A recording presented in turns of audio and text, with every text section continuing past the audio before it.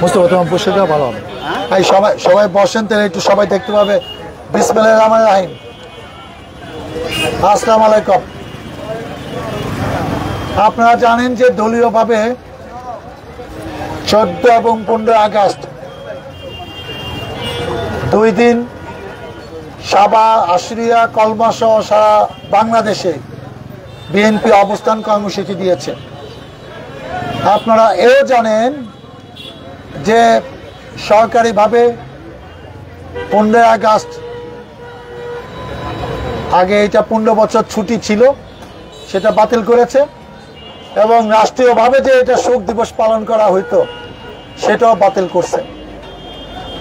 এবং এটা কারণও আছে, কারণ এই শোক দিবসের নামে সারা বাংলাদেশে আওয়ামী লীগের নেতা কর্মীরা যে চাঁদাবাজি করছে এই কাহিনী আপনারা সবাই জানেন। এই শোক দিবসে নিরাপত্তার জন্য আগের দিন আমাদেরকে মামলা দিত, 3 দিন আগে আমাদের বাসায় বাসায় খুঁজতো। আমরা এই 15 তারিখে আগে আশেপাশে থাকতে পারতাম না। শুধু তাই না, 30শে মে আমাদের প্রিয় নেতা শহীদ রাষ্ট্রপতি জিয়াউর রহমানের শাহাদাত দিবস, সেই দিবসেও আমরা কিন্তু মিলাদ মাহফিল, দোয়া মাহফিল করতে পারি নাই।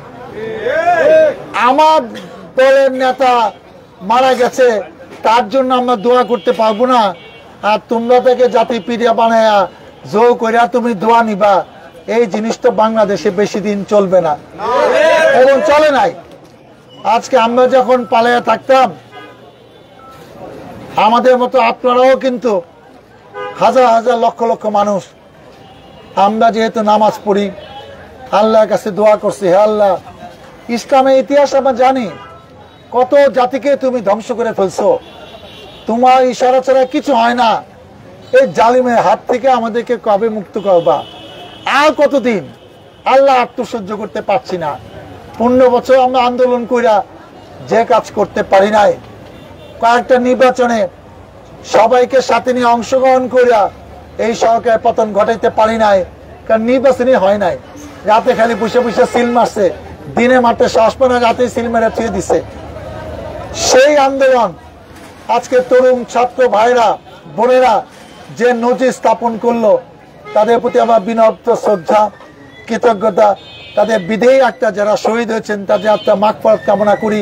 অনেকে হাসপাতালে শুয়ে আছেন, চিকিৎসা চলছে, হয়তো কিছুদিনের মধ্যে তারা যার যা বাড়িতে ফিরে যাবেন, আবার স্বাভাবিক কাজ করবেন, আসবেন, শিক্ষা প্রতিষ্ঠানে গেলে পড়াশোনা শুরু করবেন। তাদের কাছ থেকে আমরা অনেক শিখছি যে আন্দোলন আন্দোলন মাঠে যখন নামছি, এই জালিম সরকার বাংলাদেশে থাকতে পারবে না। হাজার হাজার রক্তের বিনিময়ে যে স্বাধীনতা, যে গণতন্ত্রকে আমরা ফিরে পেলাম, আমরা সবাইকে নিয়ে সেটা রক্ষা করতে চাই।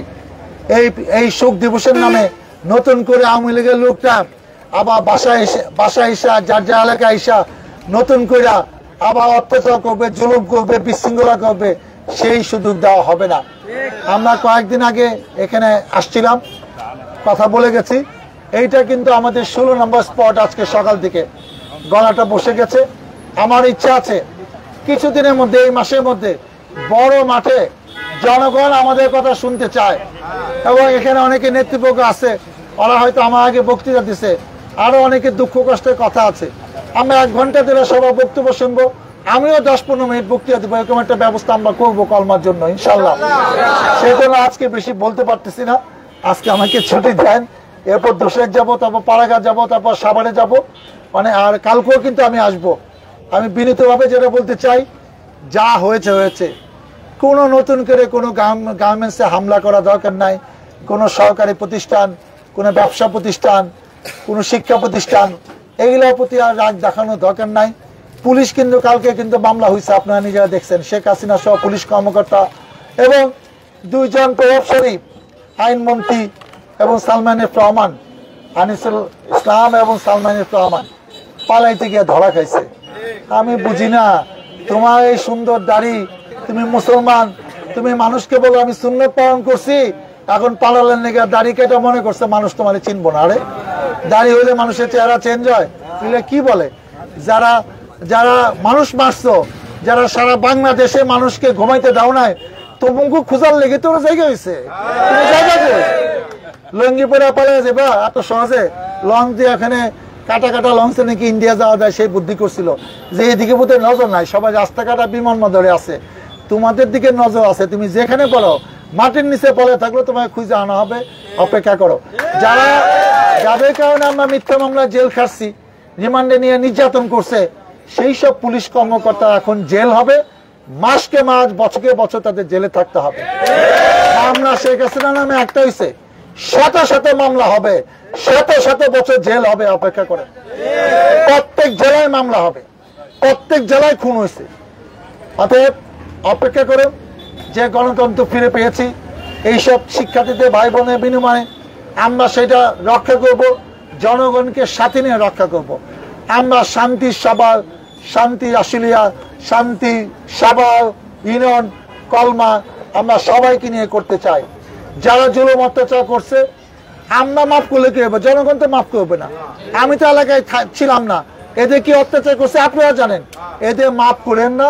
যারা খারাপ তারা অনেক খারাপ, তারা একবার সুযোগ পাইলে এর চেয়ে বেশি করবো। শালা বাচ্চা, তুই সময় মতো আমাকে শেল্টার দেস নাই, তোরে আমি ব্যবসা দিছিলাম, তুই আমার পক্ষে থাকস নাই। অতএব যারা এলাকা বাইরে আছে থাকুক বাইরে, পরে থাকে যদি বাঁচতে পারে থাকো, তারা বাঁচুক, কিন্তু এলাকায় আসলে তাদেরকে কোনো সুযোগ দিয়ে না। আমি অনেকের কথা শুনছি যে গোপনে নাকি বিএনপি কিছু নেতা টেতার সাথে টুকটুক করে কথা কয়, ভাই আমারে কিছু কয়েন না, আমার প্রতিষ্ঠান লয়ে যান, আমারে মাফ করে দেন। এদের কোনো মাপ নাই। জুলুম নির্যাতন যাদের তাজা জীবন নিয়ে নিছে, এদের মাপ আল্লাহ করতে পারে, আমি তো মাফ করতে পারবো না।